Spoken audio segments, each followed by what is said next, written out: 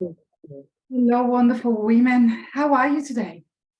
It's Friday the 17th here in Sydney, and I have to say that I've never released a live so late. It's already 1 p.m. in the afternoon, and I want to be extremely honest with you.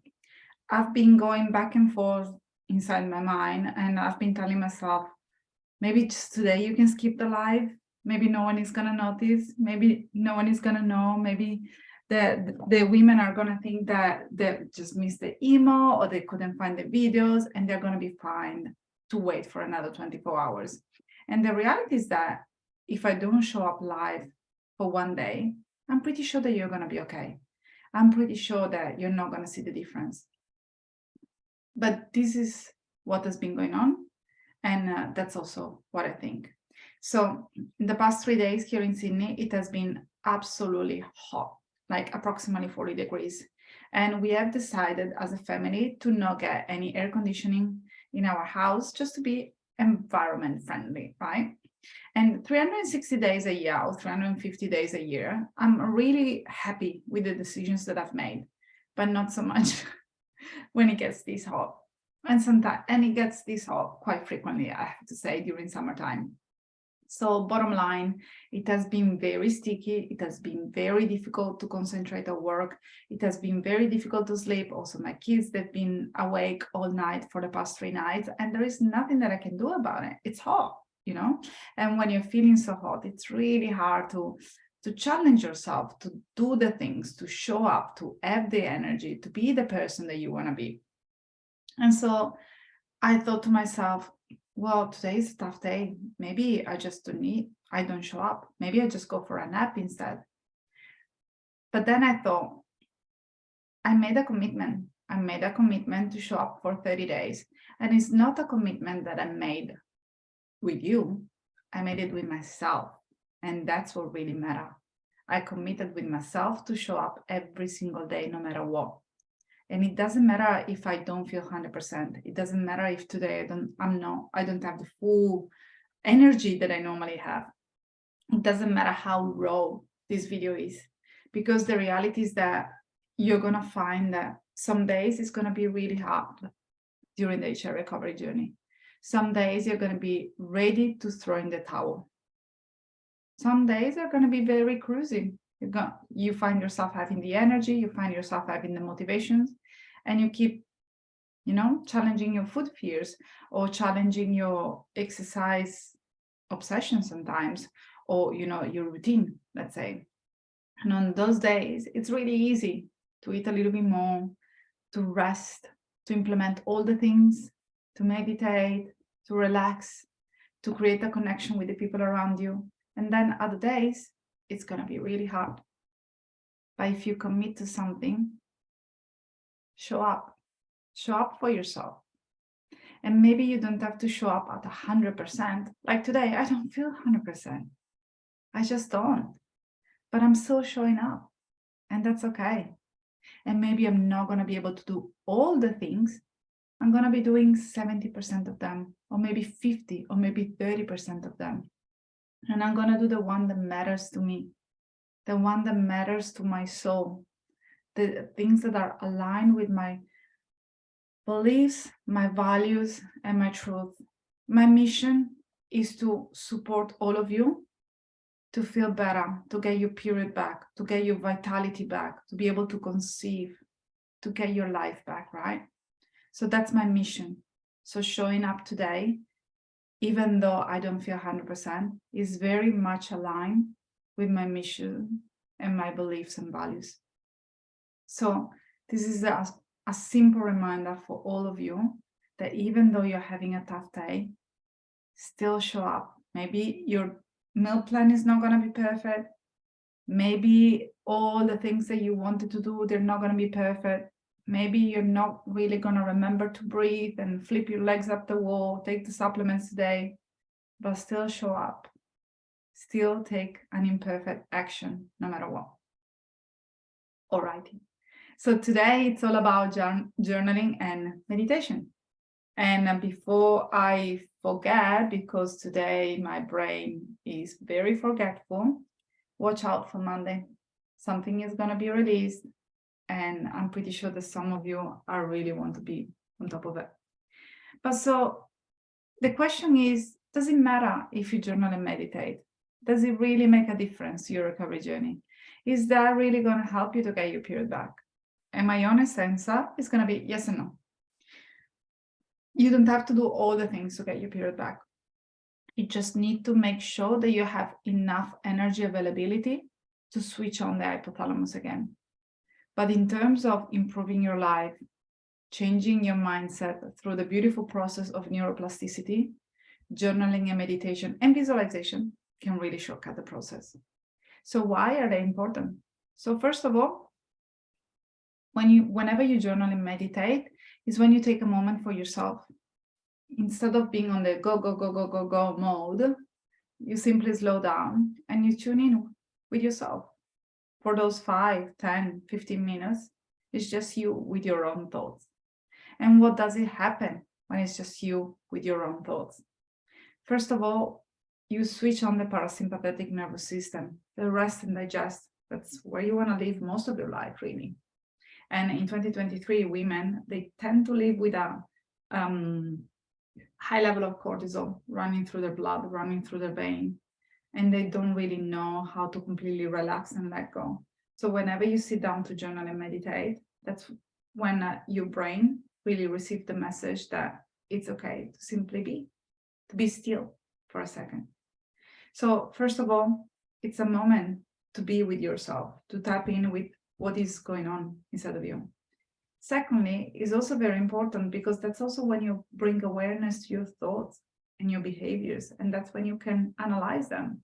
So for example, if you're really tempted to count calories, or to skip a meal, or to go to an exercise class, or to eat more than normal, that's your chance to actually sit down, meditate for 3 minutes, and then write down your thoughts. And ask yourself with curiosity, never with judgment, why am I feeling this way? What is going on? And what do I really need? What is my body asking for? What does my mind really need right now? Do I need the extra box of cookie? Do I really need to skip a meal? What's going on inside of here? Maybe there is some fear, maybe there is some anxiety.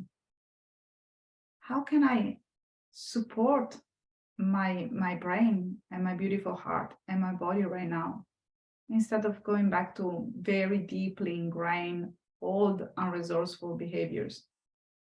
So you will see now how magical journaling and meditation can be when you truly stop and sit in stillness, and you sit in the knowing instead of being on a go type of mentality, just ticking off boxes and moving on to the next day.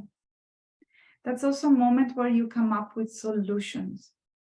So when you're always on the go, when you're always in the grind, when you're always ticking things off, how do you come up with solutions? Your brain is too busy. You just engage in the same old, because your brain has a very limited capacity. You cannot introduce new things every single day without getting rid of the old. There is not enough space. It gets too confusing, too overwhelming. It leads to anxiety.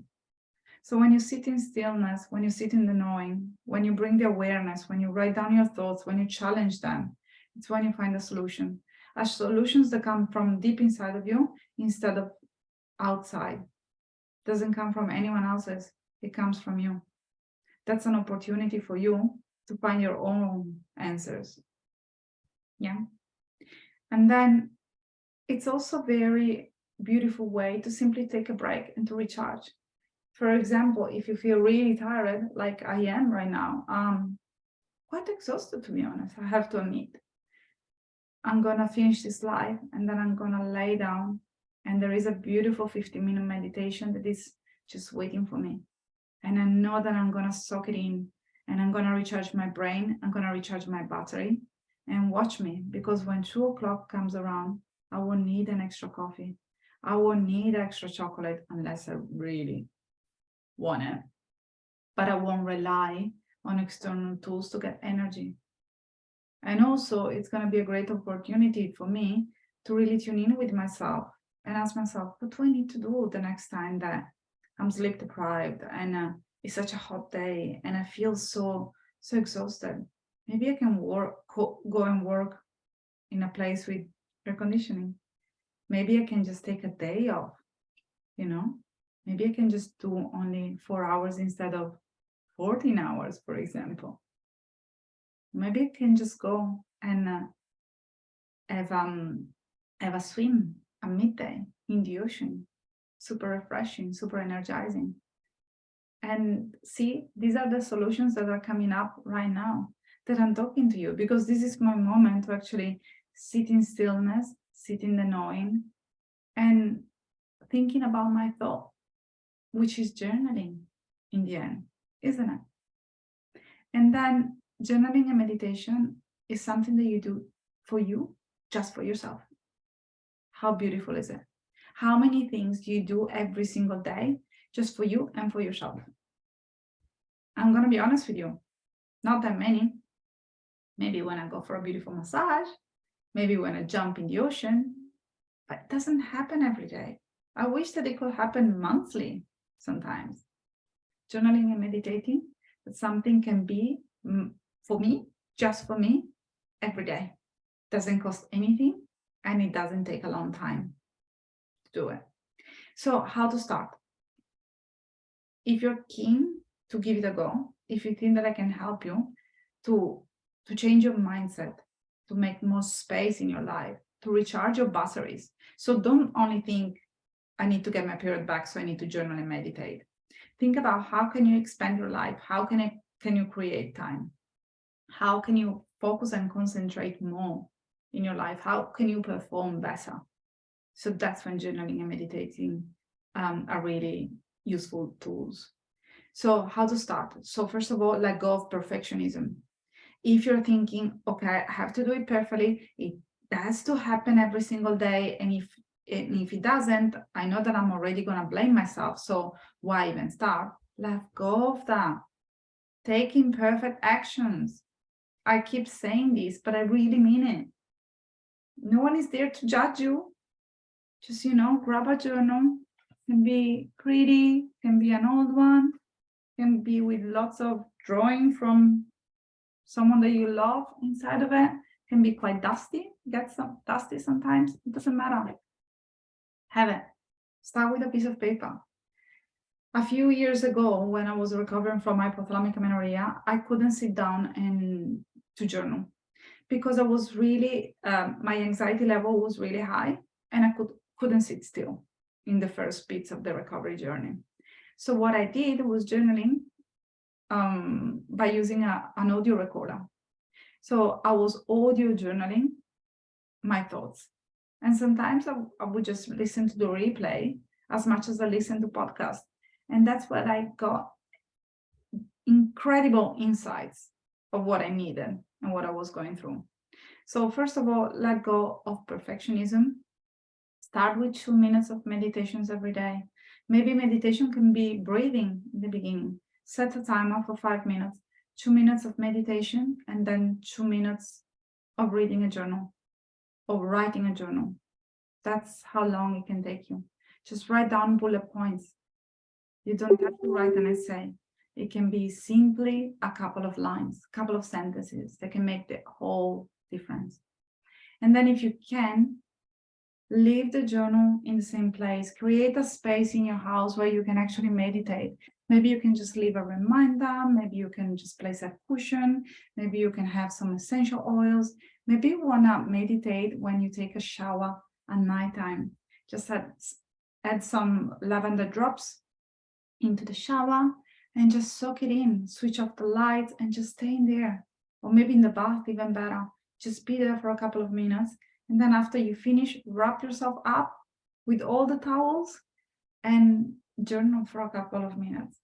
So once again, this is not something that you have to do. This is not compulsory.